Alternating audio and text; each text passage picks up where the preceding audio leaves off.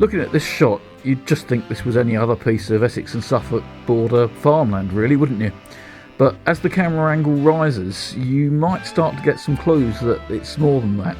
And look at that farm track that's so straight, and you think, is there something else going on here? And you wouldn't be wrong, because this is actually the former Station 174 RAF Sudbury.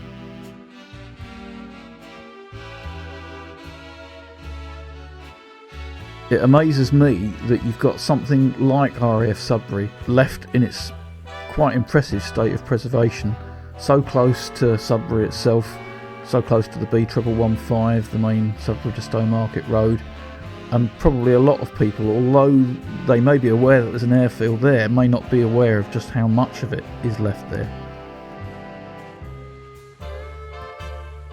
It's now 80 years since the airfield was actually in operational use. The airfield was only actually ever in use for around about a year. It became operational in March 1944, having been in construction for a year or so, and it was out of use, of course, by the end of the war, at least obviously operationally. It was used, I think, for various storage purposes and so on after the war for a short time, and then went back to agriculture. But it's an astonishing thing that something that made such a profound difference to so many people's lives was actually only ever used for 1 year. The airfield itself is situated between three settlements. First of all, Sudbury itself, of course, Great Woldingfield, and a lot of people refer to the airfield as Woldingfield Airfield in actual fact, and also the village of Acton. All three of those have grown significantly since the war. This is Woldingfield. Woldingfield was actually used for accommodation during the war. It's also tempting to think the airfield was just the airfield. Accommodation and such like was spread out over a much wider area, though.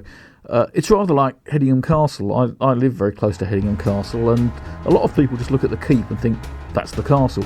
But actually, of course, the castle complex was much, much larger, and there were a series of ditches and the fortifications that surrounded it. It's rather like that with the airfield.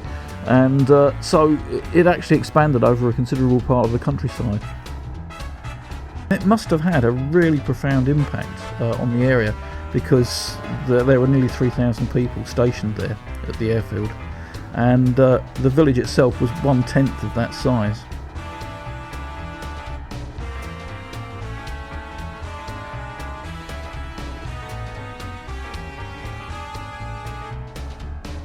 This is Acton. Acton's grown significantly in very recent years, and it's now breathing down the neck of the airfield, really.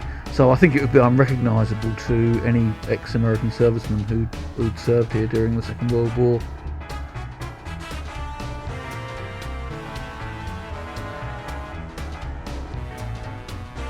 A lot of the airfield buildings remain, a surprising number, more than on a lot of other airfields, I have to say. You'll have to excuse me, I'm not a great expert on the airfield, so if I'm wrong about any of these, feel free to let me know in the comments. But there are at least 2 T2 hangars left over, a lot of Nissan huts, and a lot of other what look like maintenance buildings from around the airfield that are now integrated into agricultural use and in fact into farms. This is Chiltern Hall Farm, which is actually just on the other side of the main road, but I think some of those buildings are ex-airfield buildings.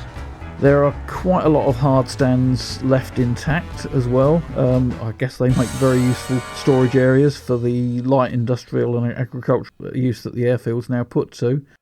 From this position and from this altitude, you can see quite clearly the line of the 3 original runways. Runway 0725 was 1,829 yards, and that's the runway that you can see in the far distance that sort of crosses the top of the V, if you like. The 2 runways that form the V in the shot here are runways 1533, which is the one closest to the camera, and 0119, which is the one that sort of forms the second part of the V. Those 2 are both 1,280 yard runways. These posts, which are on the B1115 close to the airfield, I was told many years ago were to hold gates which were either lowered or drawn across when the 2 shorter runways were in use because of the danger from very low flying bombed up and filled up aircraft. I don't have a definite source for that. I can't find any reference to them online, but I think it probably is correct. They look as though they're in the right place for that. So quite a remarkable survival, really.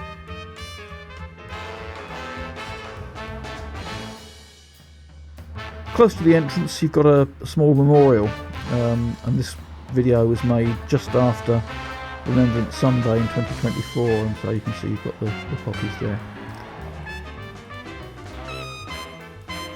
The airfield was occupied by the 486th Bomb Group, which consisted of the 832nd, 833rd, 834th and 835th Squadrons. They operated B-24s initially, Liberators, and then later they converted to B-17s. All air bases in the Second World War obviously had more than their fair share of tragedy, and Sudbury was no exception to that. I've put links in the description to websites that actually have details of some of the incidents that happened, and they make pretty sobering reading, obviously. There's one I'd particularly like to talk about, though, because at the time that I've made this film, it's actually almost exactly the 80th anniversary, and it's quite a well-known incident for reasons I'll come to in just a moment. It happened on the 15th of October 1944, and it was a raid on Cologne. The Americans operated in daylight, of course, but this was still in darkness when the raid set off, just before dawn, and one of the B-17s, piloted by one Clarence B. Herman, was seen to experience problems as it lifted off from actually this runway, runway 25, which was the main runway, and it would have been the one that was used most of the time because it's heading into the prevailing westerly wind. And really, to me, this video is more evocative than seeing a runway that's still in use today, that's been re-tarmacked multiple times, and seeing those bits of broken concrete just brings home to you the years that have passed, I think. But anyway, this particular incident, this B-17 was seen to take off and then perhaps to lose power, and certainly it veered to the right and was seen to disappear below the skyline, and then there was an evident explosion and flames in the distance. And I've marked the location of that on the video here. What had happened, nobody really quite knows, but it looked as though there was a problem with engine number 4, and the aircraft hit a building called Wood Hall, which was a farmhouse. And at that time, in 1944, Wood Hall stood basically in farmland, in countryside. It was some way out from what was then the town of Sudbury. Now, Sudbury, as I've already mentioned, has grown out very much to pretty much meet the airfield, really. And so there's been a modern housing development which filled the gap in the 60s and 70s, and then there's been a trading estate that's been built, and the site's now occupied by a supermarket, which again I'll come to shortly. But at that time it was an open countryside, and usually, I suppose, when accidents like this happened, and of course they did happen all too frequently, the laws of probability meant that the aircraft crashed into open fields. This aircraft clipped the top of Wood Hall and destroyed the top of the building, and you can see from the photograph here the aftermath of the crash. The sad thing was that there was a 15-year-old boy, Raymond Smith, who was in the top of the building, on the first floor of the building, and he was really seriously injured, very badly burned. His lungs were very seriously burned, and although the Americans took him to hospital, he very sadly died. His two sisters survived, as did his parents, and that just leaves you to reflect on the lost life, really, the fact that they were able to attend the ceremony, which again I'll come to in just a moment, many years later, and of course his life ended there in 1944.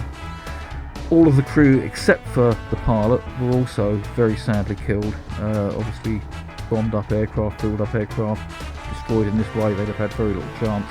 The pilot, miraculously, really did survive, but he was also very severely injured, and I don't think he ever really fully recovered, and he died in 1976.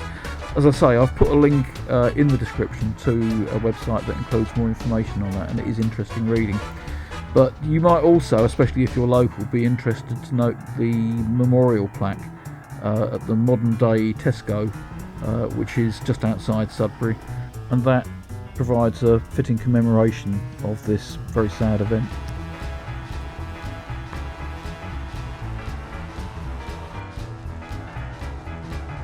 Anyhow, I hope that's given you a bit of an overview of the airfield. As I say, I'd welcome any comments. I certainly can't guarantee that I've been correct in everything that I've said, and I'd love to hear what you have to say.